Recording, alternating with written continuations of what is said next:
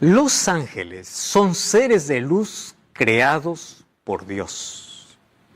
Solo que una parte de los ángeles se unió a una grande rebelión que ocurrió en el cielo. Uno de los ángeles, creados por Dios, que tenía una posición muy importante, se rebeló contra Dios. Y es por eso que ellos, al convertirse en enemigos de Dios, hoy están aquí actuando, también siendo nuestros enemigos, para separarnos de Dios y para que nosotros podamos hundirnos también bajo su dominio. Hoy vamos a hablar sobre este tema importante.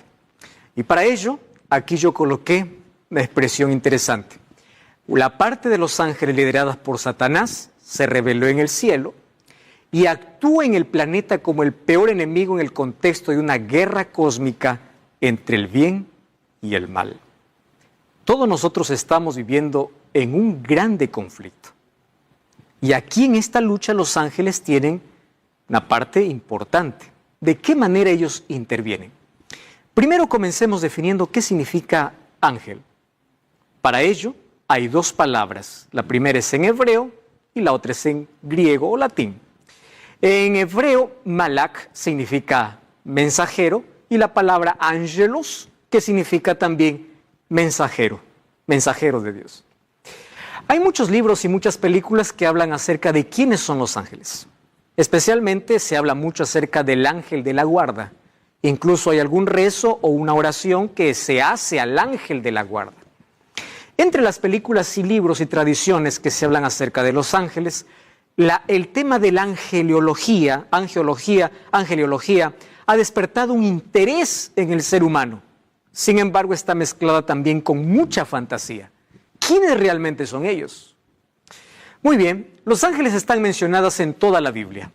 Desde Génesis hasta Apocalipsis. En el Antiguo Testamento, 100 veces se mencionan a los ángeles y en el Nuevo Testamento, 165 veces. Así que es un tema hablado y de mucha importancia. ¿Quiénes son ellos? No tenemos mucha información sobre cómo fueron creados, ni todas las actividades que realizan.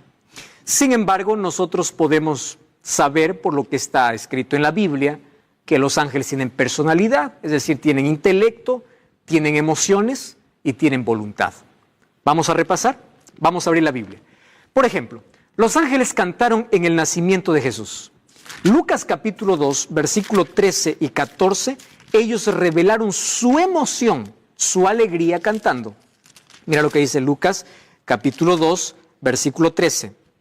Repentinamente apareció con el ángel una multitud de huestes angelicales o huestes celestiales que alababan a Dios y decían: gloria a Dios en las alturas y en la tierra paz, buena voluntad para los hombres.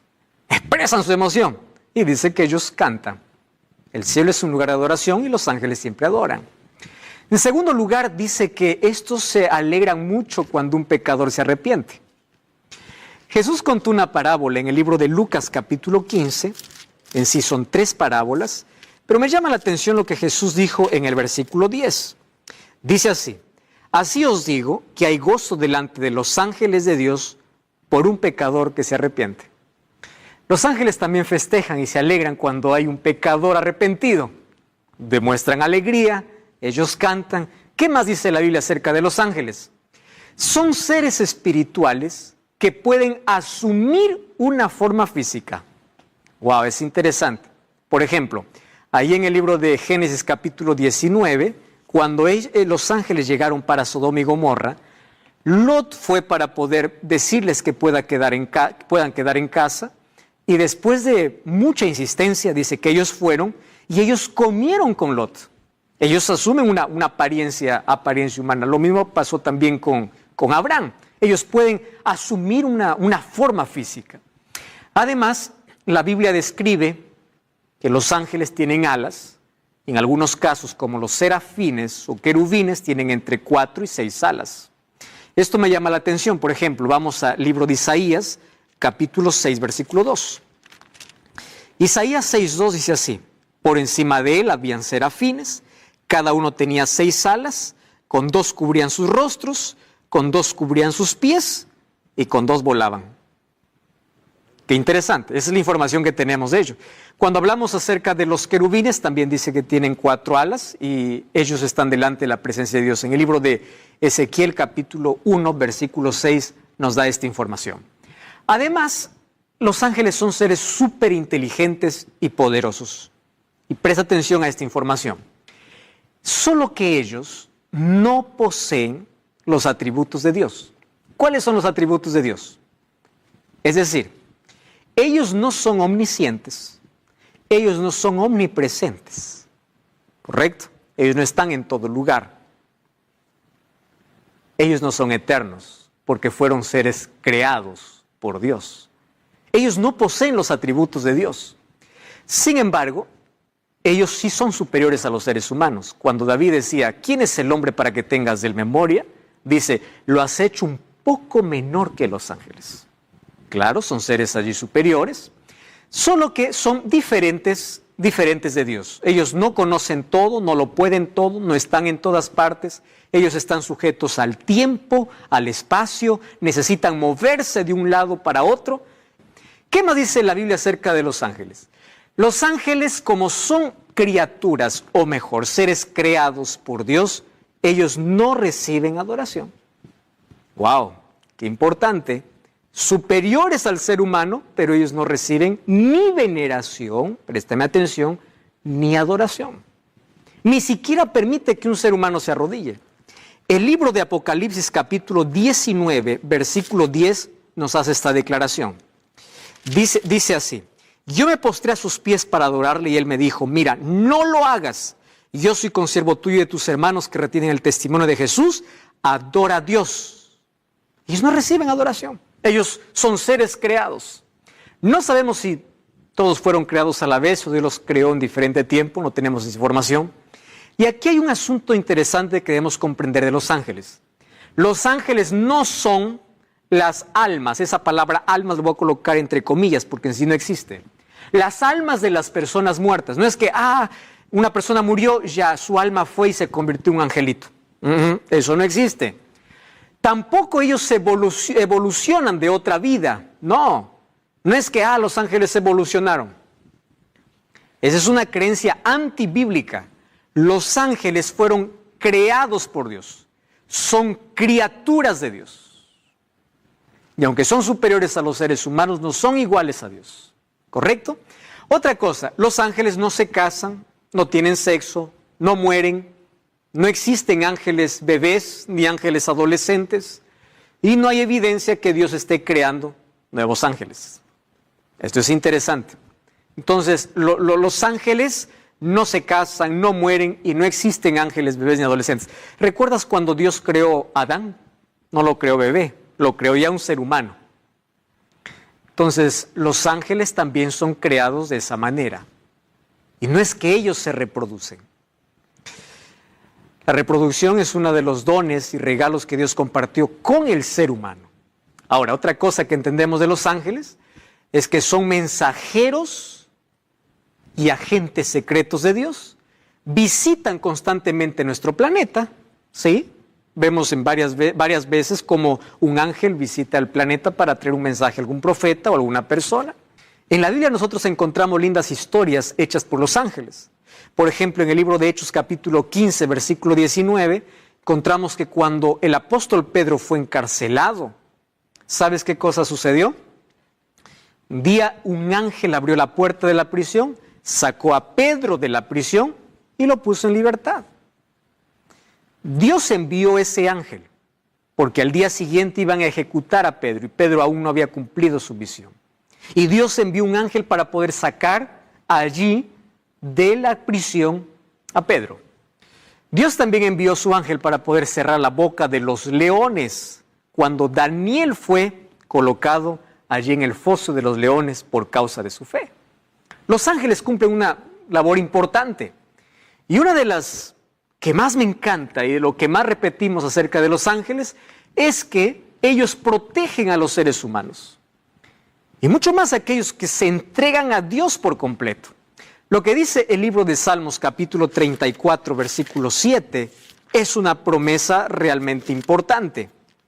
Mira lo que dice el libro de Salmos, capítulo 34, versículo 7. Dice así, 34:7, el ángel de Jehová acampa alrededor de quienes lo temen y los defiende. Me encanta esta promesa. Ellos cuidan, ellos protegen. Satanás puede intentar hacerte daño, mas ellos te protegen. Cuando hay algunos que dicen, pastor, la maldad existe, me han hecho maldad, y hay personas que quieren mi mal y me están dando esto y lo otro, solo le digo, colócate en las manos de Dios. Dios protege. Satanás no puede tocar tu vida a menos que Dios lo permita. Y cuando Dios lo permite, no es para destruirte, es a veces para pulir nuestro carácter. Muy bien, ellos forman parte de la comitiva divina en ocasiones especiales. ¿Tú sabías que los ángeles estuvieron presentes cuando Dios entregó la ley a Moisés? Fíjate lo que dice el libro de Hechos capítulo 7, versículo 53. Hechos capítulo 7, versículo 53. Dice así, vosotros que recibisteis la ley por disposición de ángeles y no lo guardasteis. Cuando Dios entregó la ley a Moisés, también estaban allí los ángeles. Y nosotros allí vemos que también acompañarán a Jesús en su segunda venida. El libro de Mateo capítulo 24, al hablar acerca de la venida de Jesús, dice que será gloriosa. Y el versículo 31 dice así, cuando el Hijo del Hombre venga en su gloria y todos los santos ángeles con él, entonces se sentará en su trono de gloria. ¿Para qué vendrán los ángeles? Los ángeles vendrán para reunir a las familias, aquellas que están distantes, porque en familias podremos subir al cielo. La segunda venida de Jesús será gloriosa y será acompañada por todos los ángeles. La Biblia dice que ellos son millares, son millones. La Biblia no menciona un número de ángeles. Mira, el libro de Hebreos capítulo 12, versículo 22, nos da esa información muy clara. Hebreos capítulo 12, versículo 22. Allí dice que son millares y millares. Hebreos 12, 22. Dice, siendo que os habéis acercado al monte de Sión, a la ciudad del Dios vivo, Jerusalén, la celestial, a la compañía de millares de ángeles. Y cuando nosotros vamos a Apocalipsis capítulo 5, versículo 11, dice así, miré y oí la voz de muchos ángeles alrededor del trono y de los seres vivientes y de los ancianos, y su número era millones de millones. ¡Wow! Impresionante, millares y millones. La Biblia también dice que los ángeles tienen nombre. En la Biblia, por ejemplo, conocemos el anuncio del ángel Gabriel a María. Gabriel también se apareció a Daniel para poder explicar la misión o la visión que él no entendía. Los ángeles tienen nombres, tienen sentimientos, también expresan sus emociones, son superiores a los seres humanos, pero inferiores que Dios. Además, dice así, una de las más grandes misiones de los ángeles fue asistir a Jesús en su ministerio a favor de la humanidad. Ellos siempre acompañaron a Jesús. Por ejemplo, los ángeles anunciaron el nacimiento de Jesús. ¿Quién anunció a María que ella iba a ser la madre del Salvador? Un ángel. Allí en el libro de Lucas 2, 13 y 14 dice, el ángel se le apareció. Aconsejaron a José y María para que huyeran a Egipto, porque Herodes les estaba persiguiendo. Un ángel fue, dice Mateo 2, 13 al 15, y allí en sueños se le apareció a José. Y le dijo, es hora de que vayas a Egipto. Y José, escuchando la voz del ángel, se levantó, tomó a María y a Jesús y huyeron para Egipto. Fue por la voz de un ángel. Además, acompañaron a Jesús después de la tentación en el desierto. Mira cómo los ángeles acompañaron a Jesús en todo momento. En el libro de Mateo capítulo 4, versículo 11, dice así, y el diablo le dejó, y he aquí vinieron ángeles y le servían. Después de la tentación, ¿quiénes aparecieron? Los ángeles de Dios para poder servir. Acompañaron en su muerte, en su resurrección, también estuvieron allí los ángeles, escoltaron a Jesús cuando ascendió al cielo y ellos formarán parte de su comitiva cuando regresen a esta tierra. Me encanta aquel momento que describe Salmos capítulo 24, cuando Jesús ingresó al cielo. Mira, el capítulo 24 habla acerca del Rey de Gloria, del momento cuando Jesús entró después de la victoria. Y allí dice que se escuchaban voces, el versículo 7, alzad vuestras puertas, o alzado puertas vuestras cabezas, alzad vosotras puertas eternas de entrar el Rey de Gloria. ¿Quién es el Rey de Gloria? Jehová el fuerte y valiente, Jehová el poderoso de batallas. Gran coro de ángeles allí, una vez más recibieron a Jesús después de la victoria. Y ellos finalmente acompañarán cuando Jesús venga por segunda vez. La pregunta es, ¿cómo surgieron los ángeles del mal? Y aquí entramos a un tema realmente impresionante. Porque Dios no creó seres malos. Dios no creó criaturas imperfectas. ¿Y sabes qué cosa es lo misterioso de todo? Es que los demonios son mencionados como 100 veces en la Biblia, pero ¿quién fue el primer demonio? Fue un ángel perfecto. Un ángel creado por Dios. ¿Y qué cosa es lo que me llama la atención? Cuando yo voy a la Biblia, en el libro de Isaías capítulo 14, versículo 12, yo encuentro cómo es que un ángel perfecto se rebeló contra Dios. Isaías 14, 12 dice, ¿cómo caíste del cielo, oh lucero, hijo de la mañana? ¿Sabes? La palabra lucero es el significado del nombre Lucifer. Lucifer significa lucero, hijo de la mañana. Ahora, en el cielo todo había armonía, todo era perfecto, pero uno de los ángeles que tenía una posición más elevada y era incluso exaltado, de manera misteriosa su corazón se llenó de orgullo y usó su libre albedrío para rebelarse contra su creador. El nombre Lucifer significa portador de luz o lucero de la mañana, que finalmente, después de su rebelión, se convirtió en diablo. ¿Y qué significa diablo? Diablo o Satanás significa aquel que hace trampa, o mejor, aquel que es acusador. Cuando tú acusas a alguien por alguna cosa, ten mucho cuidado de no ser parte de esta legión. Porque a quien le encanta acusar es a Satanás. Él se convirtió en Satanás después de haber sido un ángel perfecto. En la Biblia yo encuentro dos relatos en dos profecías dadas para Tiro y Babilonia, tomando la figura de estos dos reyes para que representan la caída de Satanás. En el libro de Ezequiel, capítulo 28, me habla sobre cómo era o cómo fue creado Satanás. Mira, el capítulo 28, vamos a ver a partir del versículo 13. Ezequiel, capítulo 28, versículo 13, encontramos una declaración importante sobre la creación y sobre la rebelión de este ser. En el huerto del Edén estuviste, toda piedra preciosa era tu vestidura, te vestiste de lo mejor. Versículo 14. Tú, querubín grande protector, yo te puse en el santo monte de Dios y allí estuviste. El versículo 15 dice, perfecto eras en todos tus caminos desde el día que fuiste creado hasta que se halló en ti maldad. Haciendo referencia a Lucifer, aquel que se rebeló contra Dios. Era perfecto en todo. Y dice, profanaste tu santuario. ¿Por qué? Porque el santuario es la morada de Dios. En el versículo 13 o el versículo 17 dice, con la multitud de tus maldades y con la iniquidad de tus contrataciones, profanaste tu santuario. Él estaba en la presencia de Dios. Él era un ángel protector. ¿Protector de qué? De la ley eterna de Dios. Por eso es que él odia tanto la ley de Dios. Un día él estaba en una posición muy elevada, protegiendo la ley eterna de Dios. Cuando hablemos del tema de la ley vamos a volver a este asunto importante.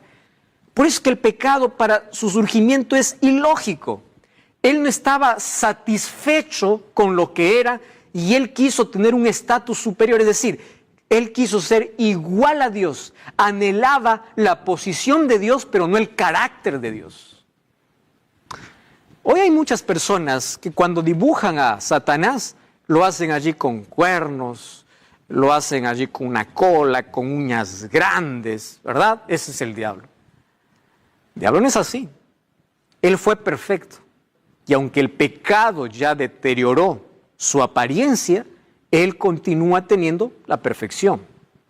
Claro, ya no es perfecto, porque él fue el originador de la rebeldía. Sin embargo, él fue creado perfecto y continúa manteniendo la belleza. No es aquella imagen que por allí nos han vendido de quién es Satanás.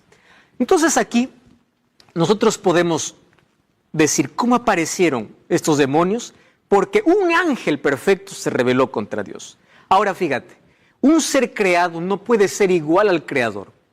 Y aunque Dios le dio las oportunidades para que cambie y reasuma su lugar, Él no quiso.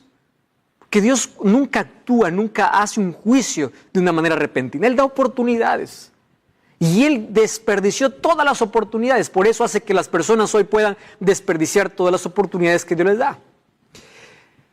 Él decidió enfrentar a Dios, reunió a muchos simpatizantes, Él colocó el espíritu de descontento, fue como una semilla que fue allí abriéndose entre todos los ángeles y declaró una guerra contra Dios.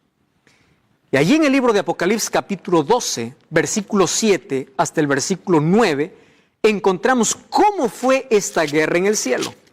Mira, Apocalipsis 12, 7. Dice así: después hubo una batalla en el cielo, Miguel, aquí tomando Jesús el título de general, el título de alguien que pelea. Y dice, y sus ángeles luchaban contra el dragón y sus ángeles. El dragón aquí representa a Satanás. Y no se hallaron ya para ellos lugar en el cielo. Fue lanzado el dragón, la serpiente antigua que se llama Diablo y Satanás, el cual engaña al mundo entero. Fue arrojado a la tierra y sus ángeles fueron arrojados con él. ¿Qué ángeles? Aquellas criaturas de Dios que también ahora formaron parte de esta rebelión. Y es por eso que hoy vemos tantas manifestaciones diabólicas, es que hoy vemos tanta mentira, porque hay miles de demonios también, que por causa de la rebelión fueron arrojados juntos con el iniciador de la rebelión, que es Satanás. Solo que esa rebelión fue trasladada a la tierra. Y nosotros sabemos cómo Satanás, él usa mucho algunas cosas desde el jardín del Edén para poder engañar a todo el mundo. Así como engañó seres perfectos en el cielo, hoy continúa engañando a seres humanos en la tierra. Y lo hace a través de la seducción, lo hace a través de la apariencia bonita. Él se disfrazó en la serpiente porque la serpiente no era el animal que hoy conocemos, era el animal más hermoso de la creación. Sedujo para poder llevar a la desobediencia contra Dios. Así como sedujo en el cielo a los ángeles, hoy seduce al ser humano para que tú te sigas rebelando contra Dios. Y Satanás no ha cambiado de estrategia. Él continúa seduciendo nuestros sentidos. Eva vio del fruto. Continúa colocando duda en el corazón y ofreciendo lo que nunca puede dar. Le dijo a Eva, seréis como dioses. Y miren la ruina en la cual todo el mundo cayó. Así también el pecado se trasladó aquí en la tierra.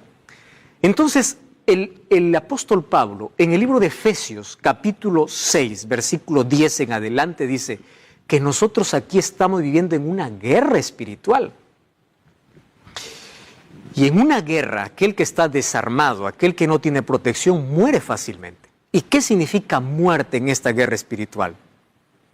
Formar parte de Satanás, del ejército de Satanás. El hecho que formes parte del ejército de Satanás y estás condenado a la muerte. Porque él no tiene nada que ofrecer. Placer momentáneo, diversión momentánea, eso es todo lo que ofrece. Pero nunca paz, nunca esperanza, nunca eternidad, nunca vida. Ahora, todos estamos en una guerra.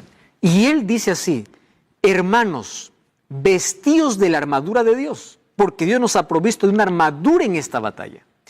Y me gusta lo que dice el libro de Efesios capítulo 6, versículo 10 en adelante. Y allí dice, vestidos de la armadura de Dios para que podáis estar firmes contra las hechanzas del diablo, porque no tenemos lucha contra sangre y carne, sino contra principados, potestades, gobernadores de las tinieblas de este siglo, huestes espirituales de maldad en las regiones celestes. Si tú te das cuenta, aquí lo que está haciendo Pablo es mencionar una jerarquía diabólica o una organización diabólica por una razón. Recuerda que los ángeles no son seres omnipresentes. Entonces el diablo no puede estar en toda parte. Él está en toda parte a través de sus demonios, pero él mismo no puede estar en todas las partes porque él no es omnipresente. Ese es un atributo que le pertenece solo a Dios. Entonces Satanás está bien organizado. Y aquí, según el apóstol Pablo, la organización diabólica consta en lo siguiente. ¿Quiénes están allí en primer lugar? Los principados, los que gobiernan todo. Luego siguen las potestades, luego siguen los gobernadores de tinieblas, luego las huestes espirituales en todas las regiones. Está bien organizado para causar daño y maldad en todo el mundo. Entonces el apóstol Pablo dice, para ello tienes que vestirte de la armadura de Dios, tomar el yelmo de la salvación. Tú puedes leer Romanos o Efesios capítulo 6 del 10 en adelante, el escudo de la fe, la espada de la palabra, los zapatos del evangelio. Tienes que tomar la coraza de justicia y tienes que orar en todo tiempo. No hay otra manera de poder resistir estas fuerzas demoníacas en este planeta. Eso es la manera como tenemos que enfrentarle. El apóstol Pedro ya nos decía, sed sobrios y velad, porque vuestro adversario el diablo viene como león rugiente buscando alrededor a quien devorar. Él no es nuestro amigo, es nuestro peor enemigo. Satanás solamente busca gente para devorar. Devora tus sueños, devora tu vida, devora tu familia, devora la paz, devora tu sonrisa, devora tus proyectos, te devora la vida. Y es un asesino porque él te mata lentamente, acabando parte por parte de ti. Entonces este mundo se convirtió en el escenario de un grande conflicto entre Dios y Satanás. Y allí los ángeles entonces están actuando, ángeles y demonios. Y ahora te voy a explicar la obra de ellos. Este mundo se convirtió en una guerra cósmica entre el bien y el mal. Y hay un asunto que me llama mucho la atención. El libro de Primera de Corintios, capítulo 4, versículo 9, mira lo que dice, 1 Corintios 4, 9. Dice, Dios nos ha exhibido a nosotros los apóstoles como postreros, como a sentenciados a muerte, pues hemos llegado a ser espectáculo al mundo, a los ángeles y a los hombres. Un creyente, un cristiano, está bajo ahora la mirada no solamente del mundo, sino también de los ángeles. Y este universo es el espectáculo o este mundo es el espectáculo del universo. ¿Qué cosa es lo que hacen los seres humanos y cómo actúan los demonios aquí y cómo el ser humano es seducido por ellos? Ahora, fíjate, el punto central de ese conflicto fue la cruz, donde Jesús ya lo derrotó. Satanás sabe que está vencido y que en breve será destruido. Entonces, todo sufrimiento que existe en este mundo, Dios no es el culpable. Tiene que verse y analizarse en el contexto de guerra. Porque estamos viviendo en un grande conflicto. Y en este conflicto Satanás maltrata a los hijos de Dios, trae calamidades para que el ser humano se vuelva en contra de su creador. Ahí está la respuesta para el dolor y el sufrimiento. ¿Cómo actúa Satanás y sus ángeles en el mundo? ¿Cuáles son sus armas? ¿Cuál es la estrategia que él usa? Y yo aquí he colocado 3 que considero las más relevantes en cuanto a su acción. En primer lugar, Satanás actúa con mentira, con trampa y seducción. Préstame atención. ¿Qué cosa es una trampa? Aparentemente es algo bueno para que caigas en ella. El diablo es mentiroso. Trae 5% o 90% de verdad y 10% de mentira. Mezcla la verdad con la mentira. Por eso es que hay muchos que abren la Biblia, leen la Biblia, pero creen también en tradiciones. Y al mezclar tradiciones con Biblia, ya forman parte del enemigo de Dios. Porque no tener una clara visión de quién es Dios nos hace formar parte del otro lado. Ahora, presta atención. Él usa mucho la mentira, la trampa y la seducción. Él seduce. Él es un seductor. Mezcla la verdad con la mentira, él falsifica siempre la verdad, haciéndole parecer, o a la mentira falsifica haciendo parecer verdad, cuando no lo es, y se puede transformar en un ángel de luz. Mira lo que dice el libro de Segunda de Corintios, capítulo 11, versículo 14. Presta atención a ese texto. Dice así, no es maravilla porque el mismo Satanás se disfraza como ángel de luz. Entonces tú puedes ver manifestaciones asombrosas. No te asombres con todo, porque no todo viene de Dios. Incluso no todo milagro viene de Dios. No deposites tu fe en un milagro, porque no todos los milagros vienen de Dios. Satanás hasta se puede transformar en un ángel de luz. ¿Puede hacer curaciones? Puede. ¿Puede hacer milagros? Puede. Si hasta se transforma en un ángel de luz. Muy bien. Ahora te voy a mostrar algunas acciones. Y te voy a mostrar estas acciones para tener cuidado, para que nosotros no caigamos bajo las zarras del enemigo. Y presta atención, quiero que tomes allí lápiz y papel y puedas anotar algunos textos bíblicos porque por el tiempo no voy a poder leer todos ellos. En primer lugar, Satanás y sus demonios usan la fuerza, la intimidación y la persecución. Hay personas que se quieren entregar a Jesús y el diablo viene y los amenaza. Allí usa incluso a los padres. Si tú te entregas a Jesús, te amenazo con quedarte sin heredad. El diablo es un amenazador. Te amenazo con quedarte sin trabajo. Y las personas tiemblan ante la amenaza. El diablo lo que hace es usar la fuerza, la intimidación y la persecución. Número 2, ellos se disfrazan. Incluso toman la forma humana. El libro de 1 Samuel capítulo 28, quiero que tú puedas leerlo, eso allí con detenimiento. Un día el rey Saúl se fue a una pitonisa de Endor, a un espiritista, alguien que tenía contacto con el demonio. Y le dice, hazme aparecer a Samuel. Incluso Satanás tomó la forma de Samuel. No era Samuel, era el demonio tomando la forma humana. Hoy escucho a muchas personas diciendo, pastor, yo escuché la voz de fulano de tal. Pastor, yo me contacté, tuve una sesión espiritista. Yo vi a alguien que murió hace años, yo lo vi, nadie lo puede negar. Es verdad que tú lo puedes ver, pero ¿cómo sabes que es esa persona? Satanás toma la forma humana. Si pudo tomar la forma del profeta Samuel, ¿cómo no va a poder tomar la forma de cualquier otro ser humano? Otra cosa que es Satanás es que hace falsos milagros. Por eso ya te dije que tu fe no esté basada en un milagro, esté basada en la palabra de Dios. Otra cosa que es Satanás es que ciega la mente de los incrédulos para no discernir el error. Yo voy a leer este texto. Mira lo que dice 2 de Corintios, capítulo 4, versículo 4. Dice así. El Dios de este siglo, es decir, refiriéndose a Satanás, dice, lo cegó el entendimiento de los incrédulos para que no resplandezca la luz del evangelio. Entonces, cuando una persona se enterquece, se revela, ve que Dios le está llamando, entonces él se enceguece. Esa ceguera es causada por Satanás. Mucho cuidado con aquello a lo cual llamas una rebeldía abierta. Ese es el trabajo del diablo hoy. Provoca catástrofes y enfermedades. Mira lo que dice el libro de Job, capítulo 2, versículo 7. Respuesta para asesinatos, violaciones, calamidades. Job 2:7. Dice así, salió Satanás de la presencia de Jehová e hirió a Job con una sarna maligna desde la planta del pie hasta la cabeza. ¿Obra de quién? De Satanás.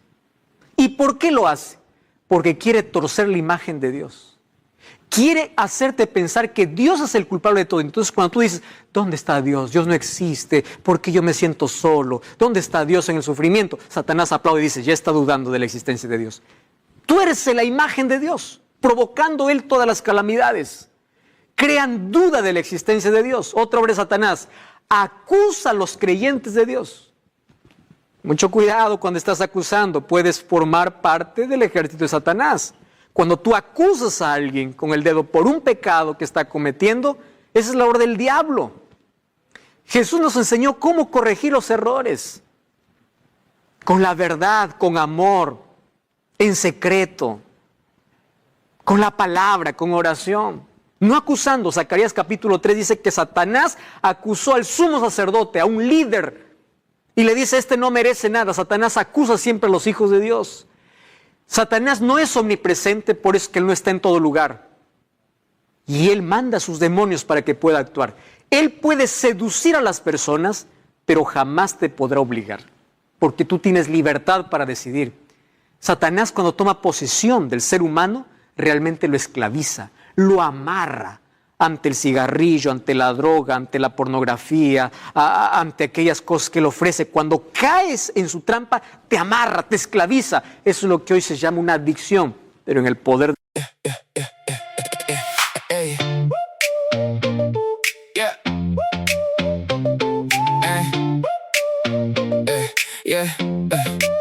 I came in with the grand and the plan. 2 shoes, 1 mic in my hand. You said, you sure? I said, watch me then. Now the room got loud when I walked back in. Old phone, cracked screen, new text. Big dreams fit tight in my chest. I don't chase, I move, that's the vibe. I speak fast and I let it fly. Hold up, feel that pull. One step close and the whole room sways. Hold up, don't blink now. I got a little something you can't fake. Talk my way. Say it once, then say it again. Talk my way. I make the heart look. I almost said it on the way back home, but the words got stuck in my throat. You looked at me like nothing was wrong, so I let it go. We laughed about some random thing, like we were slowly fading out. Funny how we both can feel it, but never talk it out. It's always easier pretending than watching something end. We keep the peace in silence, like it's a better friend. I almost said it, but I didn't. Now it's hanging in the air. We act like nothing's different, but it's everywhere. I almost said it.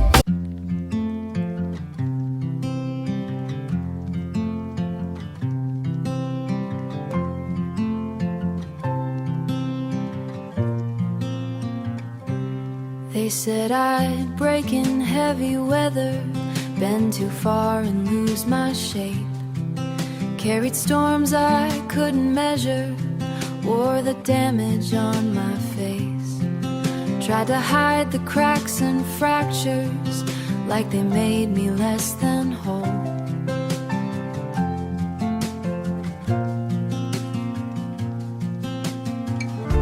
But every line just traced the map of everywhere I've grown. I was waiting for a rest.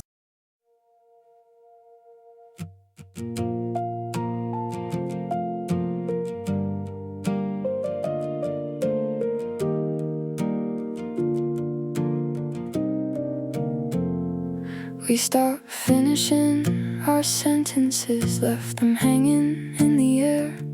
Used to talk till morning came, now there's nothing there. We kept trying out of habit, not because it felt the same. Two good hearts just slowly walking out of place. No explosions, no blame to assign, just a quiet change over time.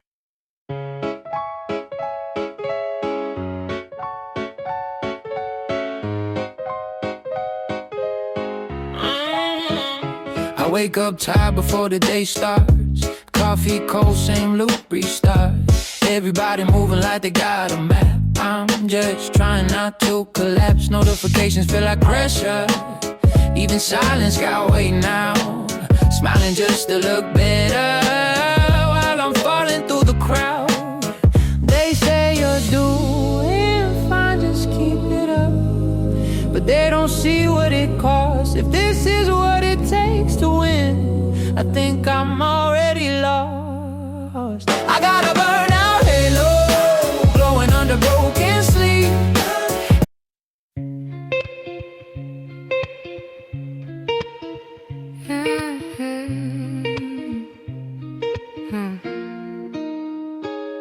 I walk these streets like they remember me. Neon signs blinking out my history. Same old cafe, same empty seat, but nothing here feels like it knows me. Phone in my hand, but I don't call back. Voices fade in the train track crack. Everybody's moving too fast. I'm stuck in a place I can't outlast it. Every corner feels like deja vu, like I've been lost here way too long. Even the silence hums your tune, but I can't tell what went wrong. This city knows my name too well, but never asked.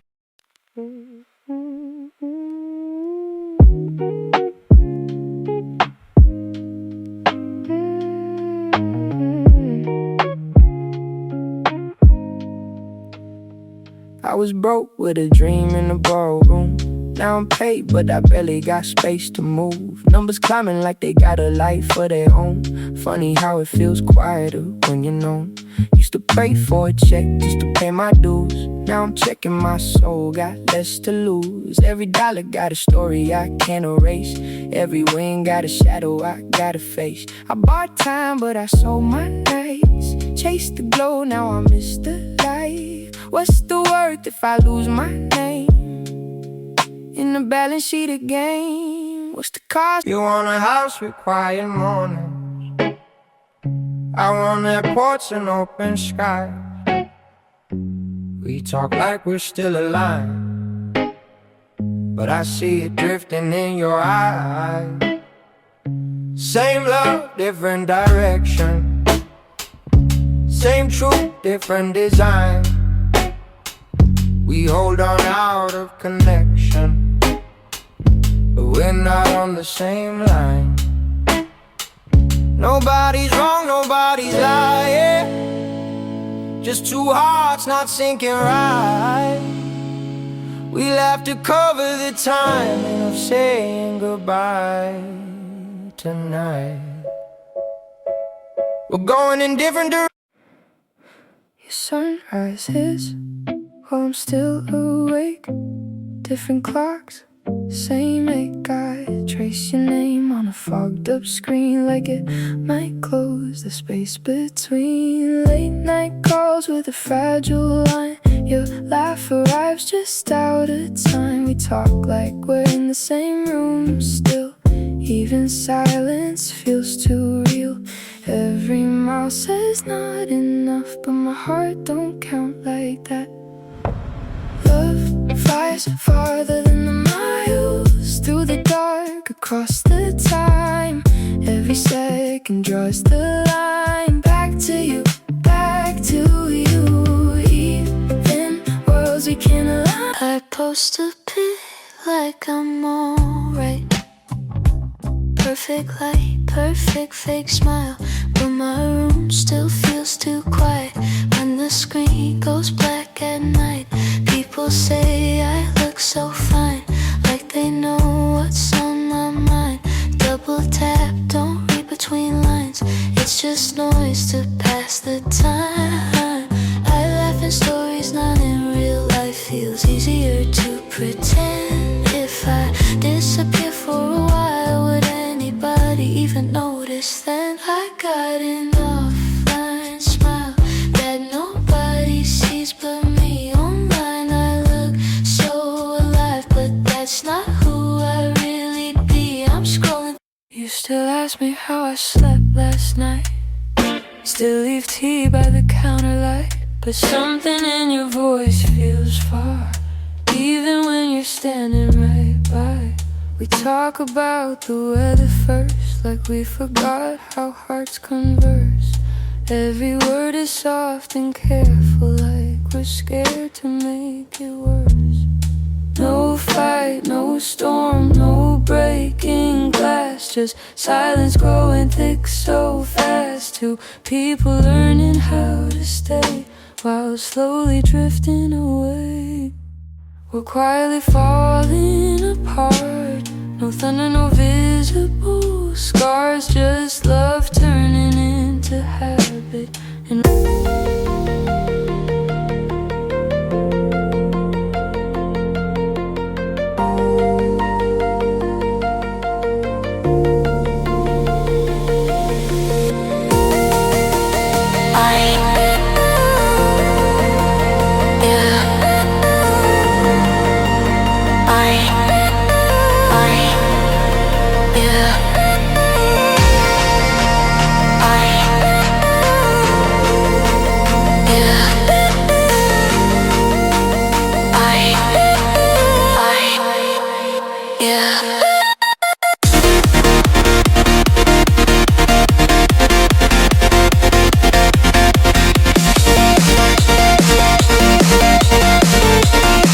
de Dios todo es posible salir, porque Dios tiene mayor poder.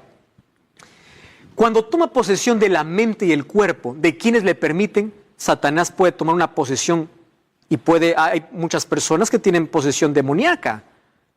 ¿Y cómo se distingue una posesión demoníaca? Una persona que es poseída por Satanás tiene una fuerza sobrenatural. La voz que habla no es su voz, es la voz de alguien que está tomando posesión. Puede levantar cosas y objetos con una fuerza sobrenatural. Y en fin, eso es una posesión demoníaca. Recordemos que Jesús, cuando estuvo en esta tierra, a varios los libró del demonio. En el libro de Marcos capítulo 5 habla de un endemoniado gadareno que vivía allá en el cementerio. Pero Dios tiene mayor poder. El diablo, cuando nosotros entramos a su terreno, es darle la victoria. Hay unas personas que dicen, bueno, yo voy a entrar en ese terreno peligroso, pero no me voy a dejar vencer. No entres en terreno de Satanás. No entres. Cuando la Biblia dice no, es no. No te acerques al árbol porque allí Satanás te va a tentar y vas a caer. No juegues con el peligro. Satanás y sus demonios impiden que una persona se entregue a Jesús. Incluso usa personas para desanimarte. Eso es lo que ocurre hoy. Satanás tiene trabajo de ofrecer diversión o llenar de actividades para que los seres humanos se separen de Dios. El diablo incluso puede estar contento de que tú vayas a una iglesia, que tú seas un religioso por fuera, pero por dentro no tengas un relacionamiento con Dios. A algunos les llena de diversión para que no conozcan de Dios, y a otros les llevan de tanto trabajo para que descuiden la oración y el estudio de la Biblia. Satanás usa todo esto. Además usa como arma el desánimo y la duda. Estás desanimado, estás con dudas en el corazón. Son semillas que Satanás coloca. Sin embargo, ellos tienen un punto débil. Ellos no soportan ver a un cristiano de rodillas. Ellos tiemblan. El ejército de Satanás tiembla cuando ve una persona de rodillas delante de la presencia de Dios. No delante de una imagen, no delante de un santo, no delante de un hombre, delante de Dios. ¿Estás entendiendo? Satanás no tiene todo el poder a menos que nosotros lo podamos ceder. ¿Qué debemos hacer? Primero, tienes que saber que Satanás conoce tus debilidades y él va directo al punto donde eres vulnerable. Si tú ya caíste una vez, pierdes fuerza para ceder la próxima vez. Por eso, no cedas. Toda adicción, todo problema comienza con una mentira, una sola vez. ¿Escuchaste esa mentira diabólica? Una sola vez. Un poquito, solo un poquito. Así se comienza. Una sola vez. Y eso estás dando lugar para que Satanás te pueda esclavizar. Por eso no cedas. Y si ya cediste, Dios te puede libertar. Aférrate a Cristo. Número 2, reconoce que Él es más fuerte que tú, pero nunca es más fuerte que Dios. Por eso confía más en Dios. Intentarás separarte de Dios para vencerte. Por eso no te separes de Dios. No te apartes de Dios por cualquier cosa. Separa las cosas que te separan de Dios. Pero aférrate a Cristo. Tu vida cuando esté en las manos de Dios, Él no puede hacer nada. Enfrenta al enemigo y Él huirá. El libro de Santiago 4:7 dice, resistid. ¿Mas cómo se resiste? Aferrándose a Cristo. No des oportunidad al diablo y mantente firme en la tentación y va a pasar. Otra cosa, usa la Biblia y la oración. Sigue el ejemplo de Jesús. ¿Cómo es que Jesús venció a Satanás en el desierto? Escrito está, porque la palabra de Dios estaba en su mente, porque Él meditaba y Él oraba. Y esas son las armas poderosas que hoy nosotros tenemos para vencer a Satanás. Y recuerda que Él está condenado a la derrota. Apocalipsis 20:10 dice que Él finalmente será destruido. Él y todos sus ángeles ya están vencidos y en breve serán destruidos. Tú no puedes formar parte de su ejército. Y cuando Satanás recuerde tu pasado, tú recuérdale su futuro, porque Dios ya te perdonó. Acércate a Cristo y Satanás no tendrá más poder. ¿Sabes cuándo Satanás tiene ventaja sobre el ser humano? Cuando te separas de Cristo. Por eso que la única cosa que Satanás tiene que hacer en la vida es separarte de Cristo. Cuando te separa de Cristo, allí tú puedes convertirte hasta en su juguete. Yo voy a hablar para ti. Probablemente caíste en una adicción, estás amarrado, no puedes salir. Dices, yo estoy perdido. No lo estás. Mira a Jesús, Dios tiene mayor poder. Estoy hablando para ti que ya conoces sobre la palabra de Dios, pero todavía no estás decidiendo. ¿Por qué? Porque hay dudas, ya sabes de dónde viene la duda.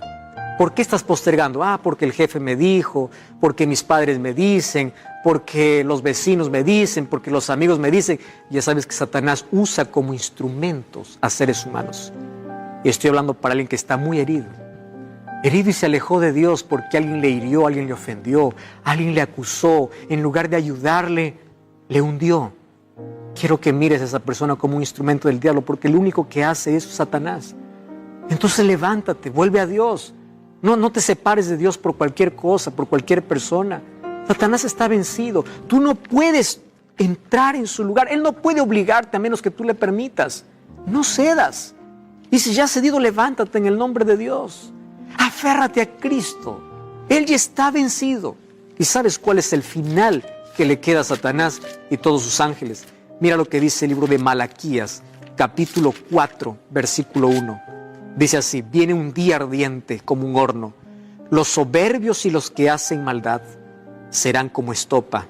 Aquel día vendrá, los abrazará, dicho Jehová de los ejércitos, y no dejará ni raíz ni rama. ¿Sabes cuál es su final? Un día todo acabará. ¿Y quiénes estarán allí? ¿O quiénes serán destruidos para siempre? Será Satanás y sus ángeles. Quiero que sepas algo. El fuego de la destrucción no fue creado para el ser humano. Fue creado para el diablo y sus ángeles por su rebeldía abierta. Pero si alguien quiere unir su destino a Satanás, es por propia elección. Dios hoy te da la oportunidad de ser libre. Hoy Dios te da la oportunidad de caminar con Él. Vamos a orar. Querido Dios, colocamos nuestra vida en tus manos. Danos un nuevo corazón, corazón puro. No queremos un cambio superficial, queremos un cambio real. No queremos un maquillaje externo, queremos una transformación interna. Por eso aceptamos a Jesús como nuestro Salvador y queremos ser vencedores en Él. Danos tu bendición. En el nombre de Jesús. Amén.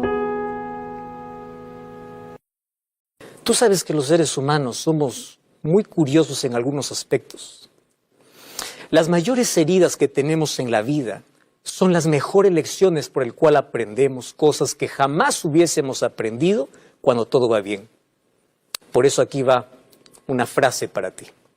Lo que no aprendemos en la prosperidad, lo entendemos en la adversidad. Las grandes lecciones de la vida a veces lo aprendemos con dolor. No quiero decirte que Dios cause el dolor, pero Dios puede transformar el dolor que Satanás lo colocó para que tú puedas dudar del amor de Dios y lo puede transformar en bendición. Muchas bendiciones vienen disfrazadas de aflicciones, de tormentas, de dolor, de dificultades. Hace algún tiempo visité a una hermana de la iglesia en un hospital. Ella apenas tenía semanas de vida, que el diagnóstico del médico le había dicho: usted no tiene más chance para poder vivir. Cuando llegué para orar por ella, le recordé algunas promesas que Dios tenía. Y antes de orar, ella tomó mi mano y me dice: pastor, yo no quiero que usted ore para que Dios haga un milagro para que yo me pueda sanar. Porque Dios ya hizo un milagro. Solamente quiero pedirle que pida a Dios que quiero descansar. Yo estoy en paz. Yo estoy bien. ¿Por qué es que yo quiero descansar? Y ella me contó allí una de las cosas que ahora lo entiendo. Porque a medida que uno va caminando en la vida comprende cosas que a veces en el camino recién va entendiendo ciertas situaciones. Me miró a los ojos y me dijo así: bendito cáncer que me está acabando. ¿Cómo que va a bendecir una enfermedad que está acabando con su salud? Acabó con su dinero, acabó con su esperanza, acabó con todo. ¿Cómo es posible que pueda agradecer por una desgracia que llega a su vida? Y él me dice: pastor, usted no sabe cómo era mi vida antes de este cáncer. Yo estaba lejos de Dios. Di la espalda a Dios. Estaba enredada en las cosas de esta vida. Hasta que el cáncer tocó mi vida. Hice todo lo que estaba a mi alcance y cuando vi de que ya no podía hacer nada con mis propias manos, me acordé que tenía un Dios Me acordé a dónde ir. Me aferré a Él. Y sabe una cosa, yo me siento perdonada. Yo me siento restaurada. Y aunque mi cuerpo se está acabando, mi esperanza cada vez es más fuerte. Tanto así que yo agradezco a Dios por esta enfermedad. Agradezco a Dios porque esto me hizo orar más que nunca, me hizo aferrarme a Dios, me hizo olvidarme de todas las cosas que yo estaba enredada en la vida y me hizo aferrarme del brazo poderoso de Dios. ¿Y sabe por qué le agradezco? Porque si yo hubiese muerto antes de esta tragedia, yo estuviese perdida para siempre. Mas ahora, si yo muero, muero en paz, mi corazón está en paz. Este dolor que está acabando con mi vida me trajo la mayor bendición, y es que yo, cuando sienta que no tengo nada, me doy cuenta que tengo todo en Dios. A veces es necesario en la vida quedar sin nada en el bolsillo. Un estómago hambriento, un bolsillo vacío, un corazón roto es la mayor oportunidad para darnos cuenta que nuestra única esperanza es Dios.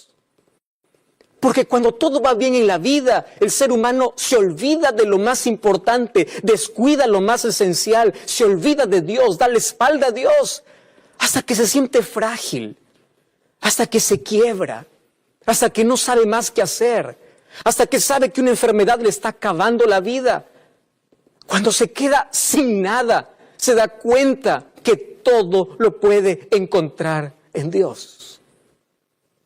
Bendita crisis, si esta te hace aferrarte más a Cristo. Bendita crisis que te llevó a la oración. Tú sabes que grandes marcas que tenemos en la vida son el resultado de nuestra desobediencia. Grandes huellas que tenemos en el cuerpo son el resultado de nuestra desobediencia. Pero allí aprendimos las mayores lecciones.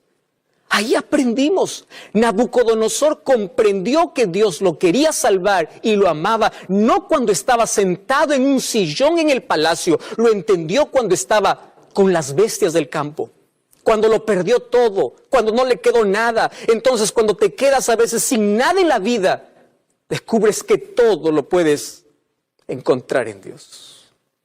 ¿Y sabes qué cosa es lo que Dios hace?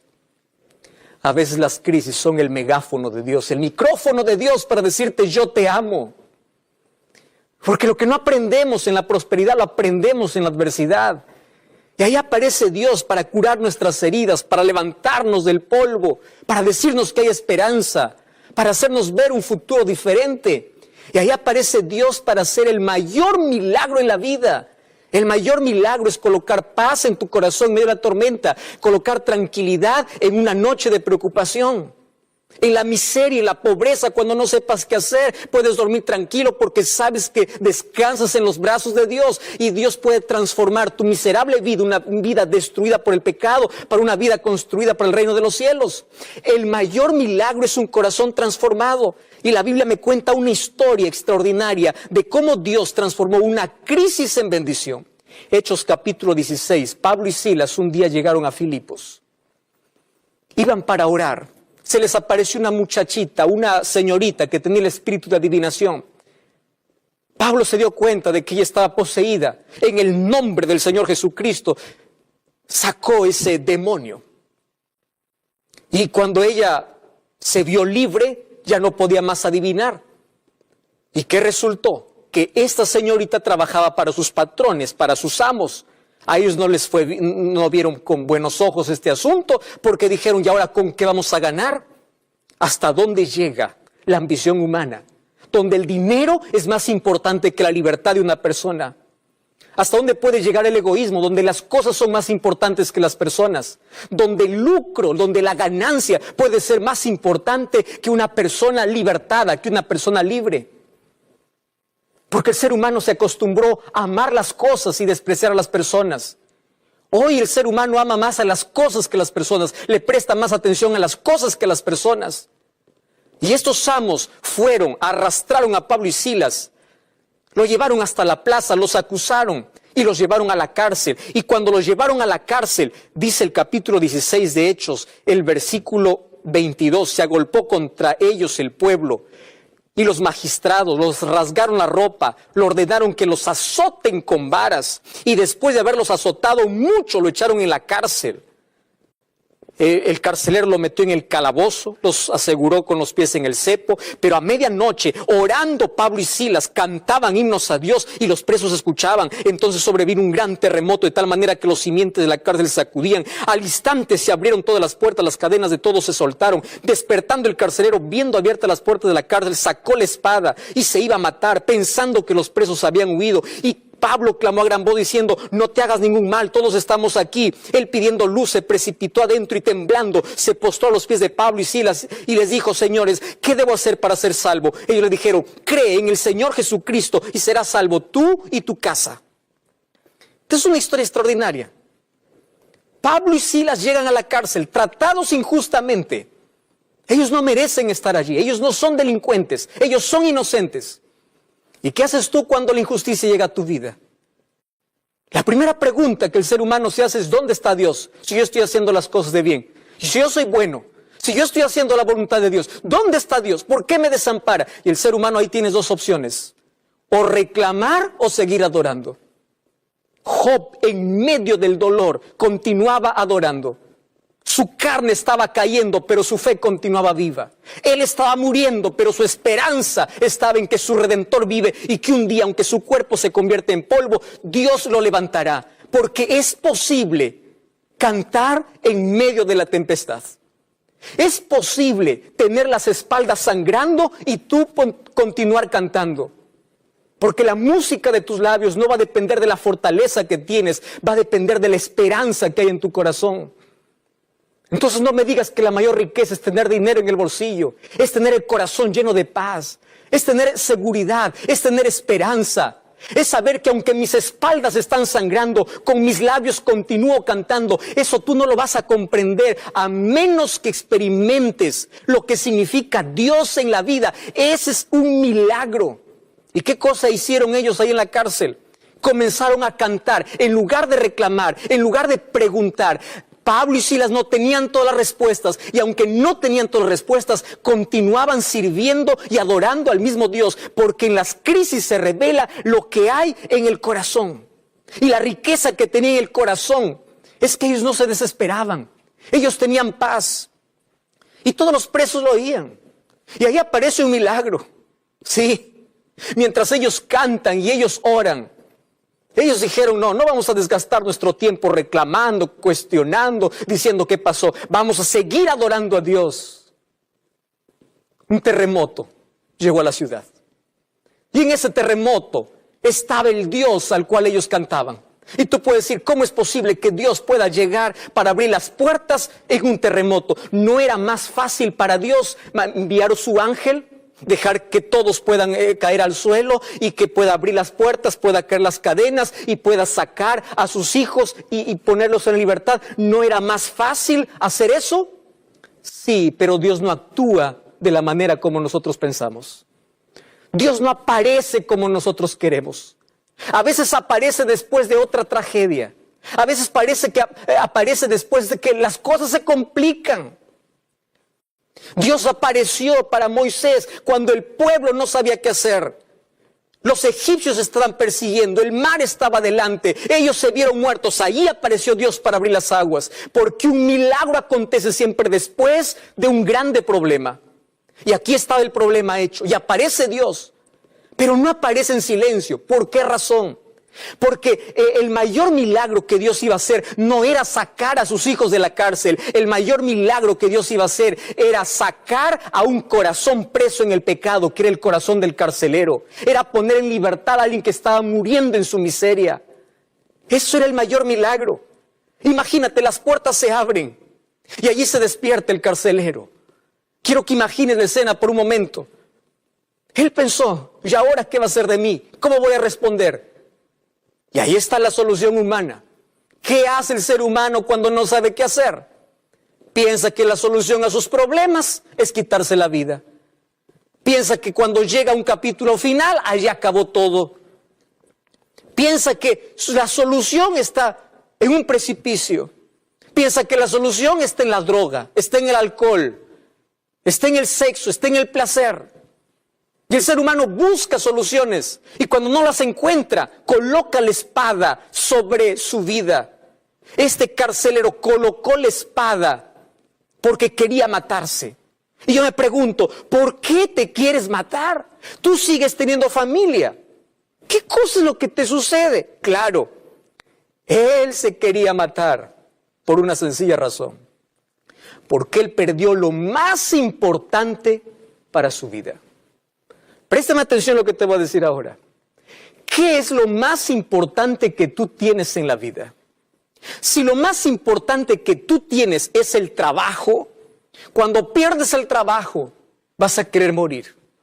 Si lo más importante que tienes en tu vida es una persona, cuando esa persona te traiciona, vas a querer morir. Si lo más importante que tienes en la vida es el dinero, es la riqueza, cuando se te acabe el dinero, vas a querer morir. Si lo más importante que tienes en la vida no es Dios, ¿en qué te estás sosteniendo? Cuando llegue el terremoto de la vida, cuando llegue la desestabilidad económica, cuando pierdas todo y pierdas que perdiste lo más importante, te caes en el vacío.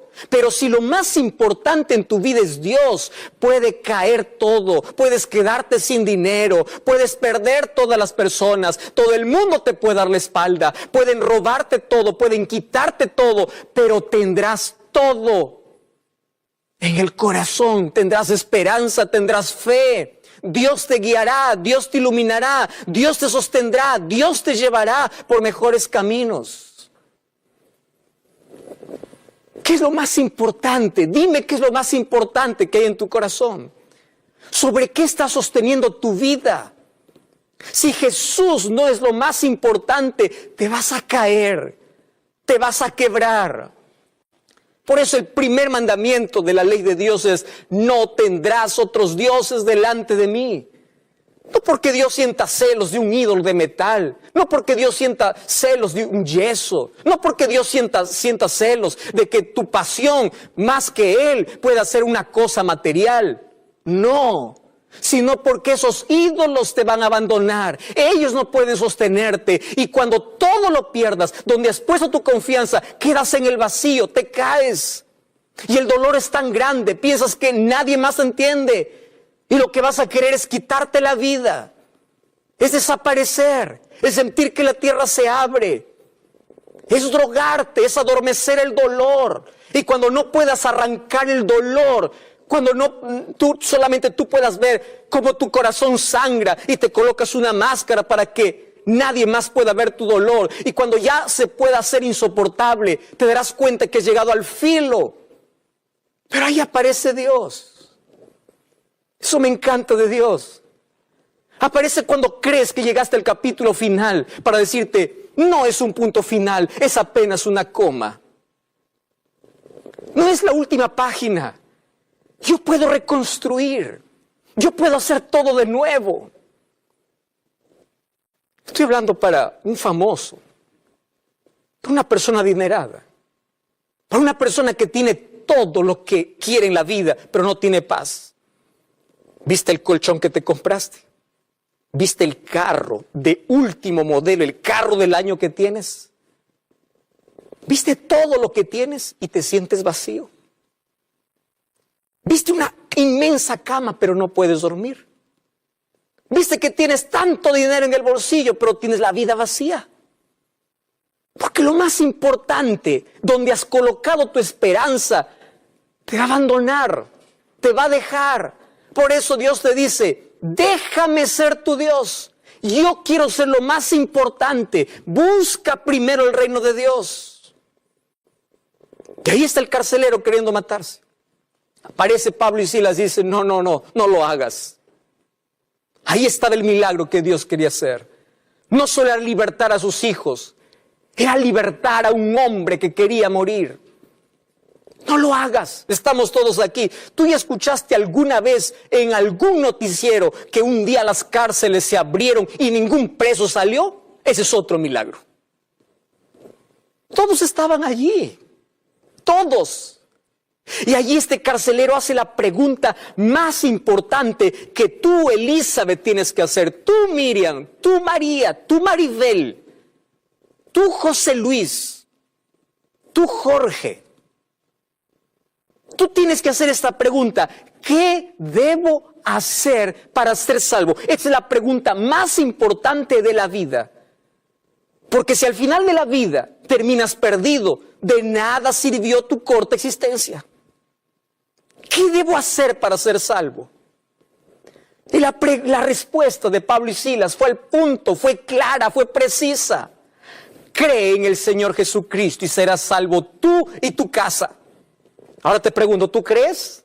Levanta la mano. ¿Tú crees? Felicitaciones. El diablo también cree y tiembla. ¿Qué significa creer en el Señor Jesucristo? Mira, versículo 32. Le hablaron la palabra del Señor a él y todos los que estaban en casa. Y él, tomándolos en aquella misma hora de la noche, les lavó las heridas y enseguida se bautizó con todos los suyos y llevándolos de su casa les puso en la mesa y se regocijó por haber creído en Dios. ¿Qué significa creer? Creer significa entregarse completamente, incluso demostrar públicamente a través del bautismo porque crees en Dios.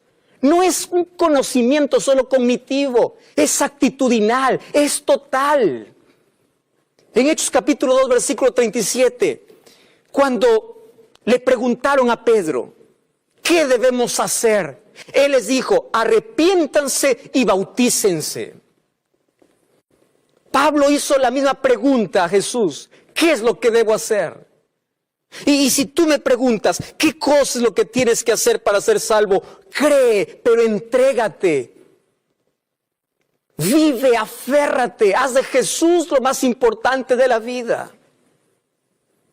En la vida hay muchas distracciones. Probablemente estoy hablándote porque estás enredado en las cosas de esta vida. Hay muchas cosas que te llevaron tan lejos de Dios. Diste la espalda a Dios. Y hoy estás pasando por una crisis, y esa crisis es un llamado que Dios te hace para decirte, hijo, vuelve. Yo tengo la salida. Estoy hablando para ti que ya pensaste quitarte la vida como este carcelero, porque perdiste lo más importante, y lo más importante no era Dios. Lo más importante era una persona. Lo más importante era el trabajo. Lo más importante era el dinero. Y hoy estás vacío, estás desesperado, no sabes qué hacer. Cree en el Señor Jesucristo, acepta al Señor Jesucristo. Si ya conoces de Jesús, bautízate, lava tus pecados, ten una nueva vida. Y si aún no conoces de Jesús, ahora tú puedes solicitar un curso bíblico para que juntos podamos estudiar. Pero cree en Jesús, porque de esto depende tu salvación o perdición. No te voy a preguntar cuántos años vas a una iglesia, no. Lo que te voy a preguntar es quién es lo más importante en tu vida. Es Dios. Porque no importa que estés 40 años en una iglesia cuando apenas has pasado una hora con Dios. ¿Quién es lo más importante para ti? Si Jesús es lo más importante, no importa las crisis que vengan. Porque tu corazón tendrá paz. No importa si te quedas sin nada, porque en Jesús tienes todo. No importa lo que suceda alrededor, cuando tú tienes esperanza por dentro. No importa que todo esté para abajo, cuando tú sigues mirando para arriba. No importa si la vida te golpeó tanto, hizo que tú caigas y estás de rodillas en la vida. Estás en la posición correcta para clamar. Estás en la posición correcta para pedir que Dios haga un milagro. Y Dios hizo el milagro en el corazón de alguien que lo más importante para él era su trabajo. Tanto así que cuando lo perdió quiso matarse. Pero después lo más importante era Jesús. Por eso es que su corazón se llenó de regocijo. Y hoy tu corazón puede tener paz. Hoy tú puedes tener esperanza. Hoy tú puedes dar la bienvenida a Jesús como tu Salvador. Yo quiero orar por ti. Sí, quiero orar por ti. Mas yo no puedo obligarte que aceptes a Jesús. Solo te pregunto, ¿tú la aceptas? ¿Tú quieres? Levántate. ¿Dónde estás? Yo quiero orar contigo. Ve allí más cerca de la pantalla. Y vamos juntos a hacer nuestra entrega total a Jesús. Cierra tus ojos, querido Dios. Entregamos nuestro corazón herido, maltratado, o en crisis, o una vida destruida. Mas hoy queremos ser restaurados por Jesús. Por eso te aceptamos como nuestro Salvador. Creemos en ti, queremos tener una nueva vida. A partir de hoy queremos que Jesús sea lo más importante. En el nombre de Jesús. Amén.